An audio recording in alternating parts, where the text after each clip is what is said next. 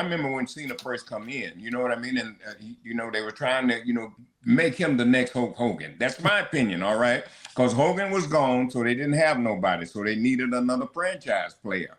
And I thought that, to my opinion, I believe Cena was picked for that position. So they just pushed him down people's throats, okay? So that's what I mean about, I just don't think he's the greatest of all time. They did that. He didn't. In a women's tag team match at Elimination Chamber, we got Trish Stratus. She's going to team up with the women's champion Tiffany Stratton to face Candice LaRue and Nia Jax, your baby's mama there, Teddy. Since we're talking about Nia Jax, we'll go to you, Teddy. LaRue, isn't it? Well, I'm just glad to see Nia, doing whatever she's doing. Any match that they put her in, I'm always rooting for her because, we tease about her being my baby's mom and all that stuff. But actually, she's just a real good friend of mine, and she's such a sweetheart of a person, man. Great attitude and somebody that you don't mind talking to, you know what I mean? So I'm just all for it, Nia. I love her to death, man. And so I hope everything happens in her favor. I got to be honest with you too, Teddy. I like seeing Nia work chasing a belt more than carrying the belt. Yes. It just fits her so much better for me. I like seeing her in that chase. Bill, your thoughts on that match, and who do you think is going to win? I think it's Candice LeRae, isn't it? Not LaRue. Oh, okay. LaRue. Yeah, it's LeRae. You're right. Bill, don't mess him up any further. Okay? I'm already doing that.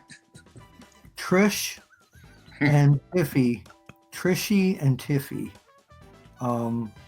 Again, it's in Toronto. Trish is Canadian. Trish looks great. She's just, I'm talking about not just the way she looks, but her ring work. Yes. Incredible. And I think Candice is going to take the fall, get pinned somehow. And Trish and Tiffy are going to take that match. Not before Nia crushes them. Well, no, of course not. Now, Teddy, you've worked with Trish Stratus before. And first of all, Sportskeeda asked me this question, so I'm going to ask you because I've asked this before. But how is it working with Trish Stratus? What do you mean, how's it working? Is it easy? Was it fun? Okay. I got it. She's a sweetheart too, man. Another Nia Jax, man. Such a great attitude, and I enjoy working with her, when I was managing and stuff. We always got along, no problem or nothing. She's just another sweetheart, a person with a great attitude and somebody that you'd like to work with. Now, Teddy, you got to share for those. We've done this on Road Trip After Hours because she was on our show. You can go back and pull that episode, as a matter of fact, the interview with Trish Stratus on Road Trip After Hours on YouTube. But Teddy, I remember there was a special greeting she has for you when she sees you. You want to share that? Well, you got to remember, this is Trish Stratus we're talking about. So. I want to hear that. Well, yeah, Trish and I, when we'd always see each other and we'd always meet, and I'd just say, I'd holler at her, Trish, and she said, "Oh, Teddy, language." Yeah. She did that when she was on the show. It was the first thing out of her mouth. She said, "Teddy, language." Long. She's back in the business. She loves the business. She takes such good care of herself. She's got two kids, and she's still doing this. She is actually very. I've actually told my wife this after Teddy and I met her a couple occasions, and we've interviewed her. And I told my wife, I said, "This woman does not age, and she really doesn't. I mean, she just." All you have to do is stay in the gym and take care of yourself. Start eating right. Get all that bad food out of your body. Start eating right and do the right thing about your body, and you can look that. Yep, and she's been taking care of her body from. I eat all junk food. Don't I still look pretty? You still look like a white tick crack. Yeah, exactly. You brought this up a while ago, Bill, so let me ask you, Michael Cole has been calling John Cena the greatest of all time. Do you agree? Generational. It's greatest of all times in every generation. I know all time is supposed to span every generation. But in your lifetime, who was the greatest wrestler of all time? Well, I've always put out there, because he made it look like a ballet, I always put out there that Mil Mascaras was my favorite growing up. because again, he had a great body. No matter what people say to him, I'm not going to do the job. But doesn't matter. He's an incredible athlete, credible presentation. But then again, you've got Dory Funk Jr., the greatest of all time.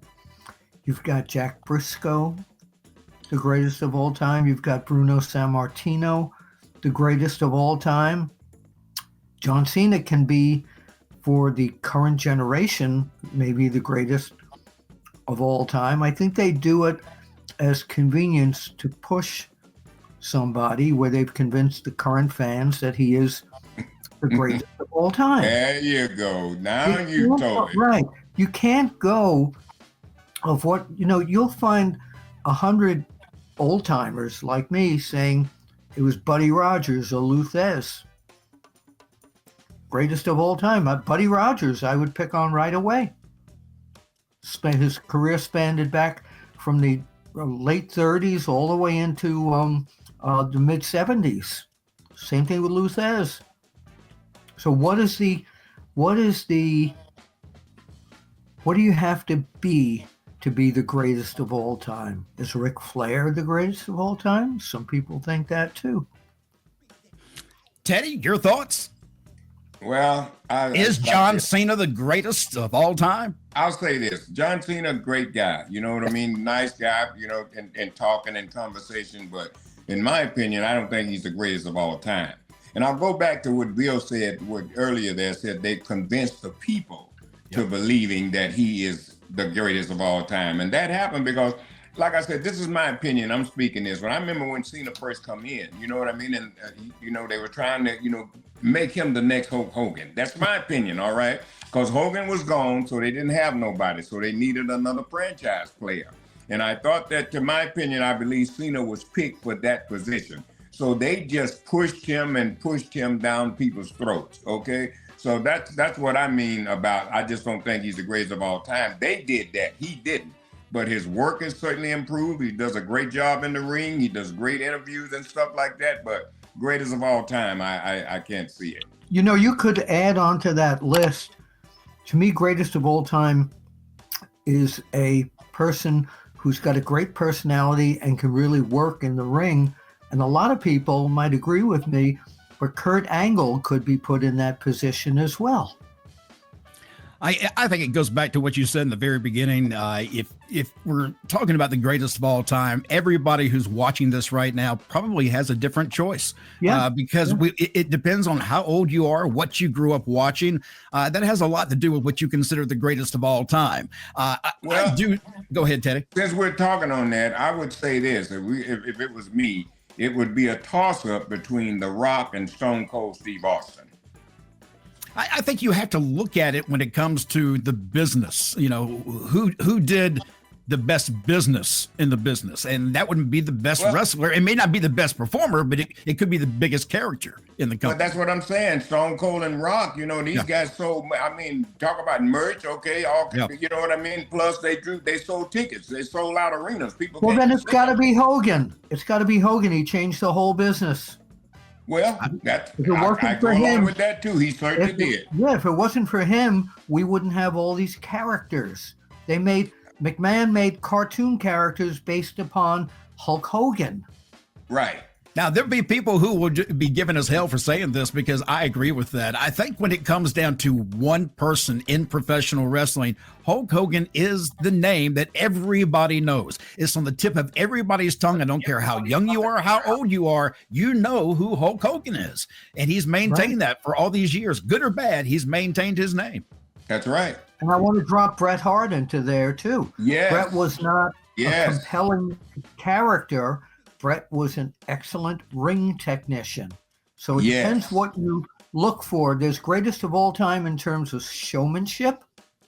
And then there's the greatest of all time in terms of ring skills. Yeah, Brooklyn Brawler, another one. Brooklyn Brawler?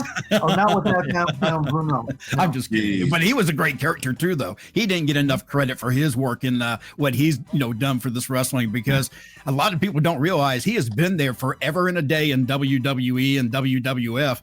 and he's had many characters and is just incredible behind He the ain't scenes. had no many characters. All he had was two, Brooklyn Brawler and Doink.